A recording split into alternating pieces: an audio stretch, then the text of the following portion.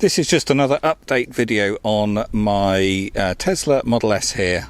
This is a 2014 Model S, 85 kilowatt hour battery, and it's done 101,000 miles. So regular viewers to the channel will know I've been doing video updates about this car, and will know that this car has been in the service centre for the last month. So I've just got this car back yesterday, and indeed now this has got a new traction battery underneath, well, a remanufactured pack, and we had to wait a month for that because there was no 85 kilowatt hour batteries in the UK, and I suspected that had to come in from America. But anyway, when they diagnosed that, they said I'd have to wait a month, and indeed it was exactly a month. But anyway, I picked the car up on Saturday, and yes, it's now got a new traction battery under the drivetrain warranty. If you don't know, these have got an 8-year unlimited mileage warranty on the older Teslas like this. This is a 2014 one, and this car is now 7.5 years old and it's done 101,000 miles. So very fortunate for that failure to happen just before the warranty expires. So yeah, now this car's had a new motor on the back. This is only rear-wheel drive anyway, so a new motor, the only motor, and has now got a new traction battery. So yeah, this is a car I am now keeping.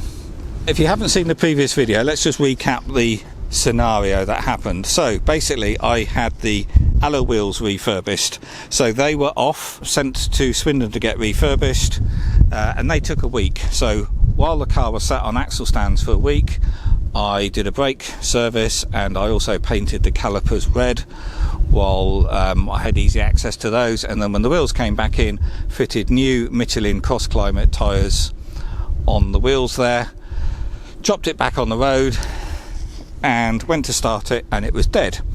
So it looked like the 12-volt battery was dead. So I got the Tesla Ranger to come out and bring a battery, because it was easier for them to bring a battery to me rather than me drive to Tesla and go and pick one up, which was a good job actually. I got him out, because when he fitted the battery, that wasn't the only issue. And what we discovered then is the traction battery was giving all sorts of errors, and it just wouldn't start. So it got put on a flatbed and got took to Reading service centre. They within a couple of days called me and said, look, we need to fit a new traction battery, it's going to take a month.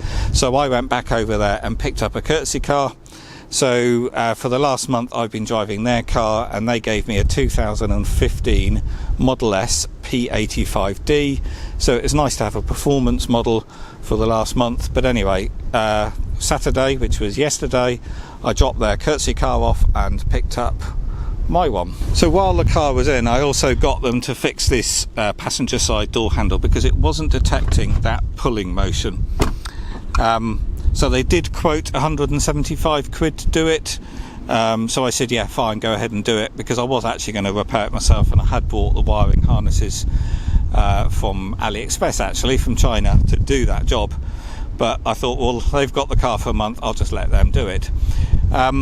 Strangely, they didn't do that until after they'd done the traction battery. So they sat in the car for a month, did the traction battery, and then called me and said, oh, we've come to do the handle now, and we need to order some new parts. So a little bit frustrating that they didn't do all of the other jobs on day one. But anyway, what they then said is, we've got to revise the quote, and we're going to fit a whole new handle, which put it up to about 350 quid. I'll show you that in a minute.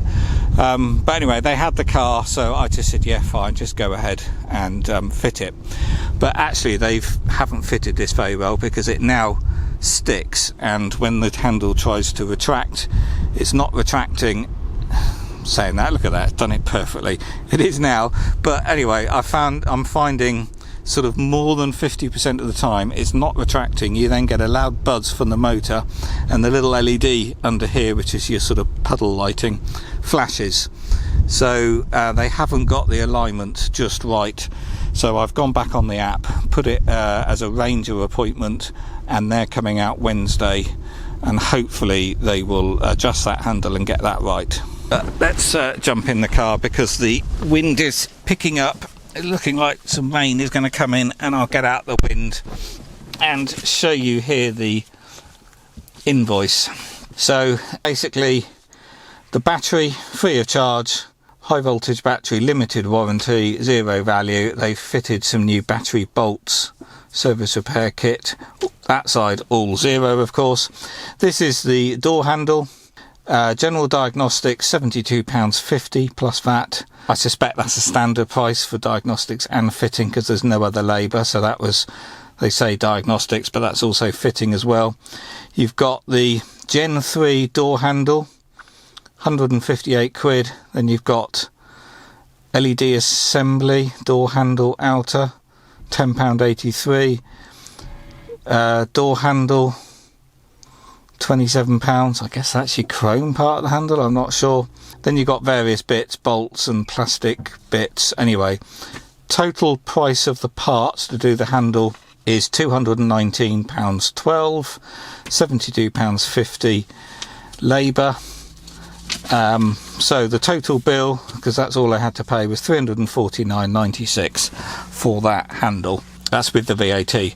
So that's what the job has cost. Obviously, they're prone for failures on Tesla Model 3s, and now that's the Gen 3, which apparently are much better, and there's a lot less components in that, so I didn't mind paying that. Particularly now, this is a car I'm going to keep because it's got a new traction battery and it's got a new motor. So overall, as I've said on previous videos, I am very impressed with the service from Tesla, and the very mightily impressed actually in how they handle warranty claims.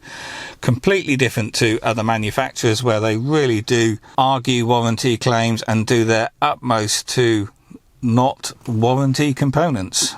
Absolutely no issues with Tesla. True, the traction battery was faulty, so yeah, there wasn't much argument about that.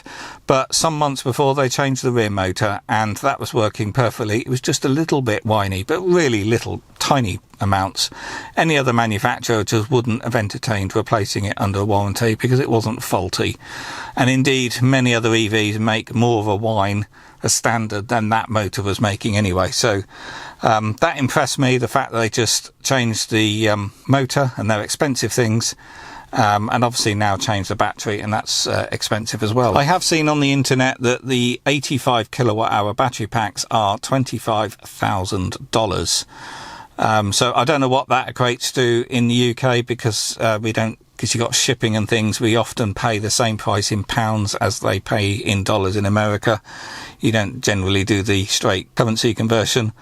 But anyway, obviously the battery isn't a brand new battery, it's a remanufactured battery. So I did ask the technicians about that. There was two of them that worked on the car, and they were great, I must say. They do call and text and let you know what they're doing. I had a few chats with them asking what the battery is. Is it a new 85 kilowatt hour? Is it a sort of remanufactured one? Or is it something bigger, like a 90 or 100 kilowatt hour, software limited down to 85? But anyway, they, to be honest, didn't really know. The first guy said he will let me know when he's unboxed it, and he didn't. He got put onto another job and someone else was doing it, so I asked him and he didn't really know too much about the batteries. But anyway, it's not their job to tell me, really. You know, they've done what they needed to do, fitted a new battery. But anyway, what I did learn from them was that the battery, this new 85 kilowatt hour battery, is obviously very different to the original, because this is sort of Gen 1 car. These are the very earliest Model S's, and they've clearly got an issue with those 85 kilowatt hour packs, which they don't seem to have with the other battery sizes, because they are replacing a lot of the 85 kilowatt hour packs under warranty. So I sort of questioned, is it the same pack? Has this got different hardware in the pack and different cells, different cell chemistry? You know, i.e., is my remanufactured pack here going to last much longer than the 7.5 years that the original pack lasted? And all indications are yes, it's a vastly different pack. Well, actually, the guy said it is not going to have the same fault that my pack had. It won't exist on this new pack. So that's why this is a car that I don't think I'll ever be selling now. It's done 101,000 miles. Let me just look up here. There's the mileage, 101,421 miles. It's got free supercharging. It's also got premium connectivity as well. So what that basically is, unlimited data streaming. So yeah, this is one to keep. And this car is in metallic green which is quite a rare colour. This was only on the earlier Model S's, and weren't too many people bought them, to be honest, because it wasn't a particularly popular colour and they soon discontinued it. But actually I get so many comments about the colour. Obviously it's filthy dirty at the moment, so it doesn't look very good, but when that's clean it really does look a good car.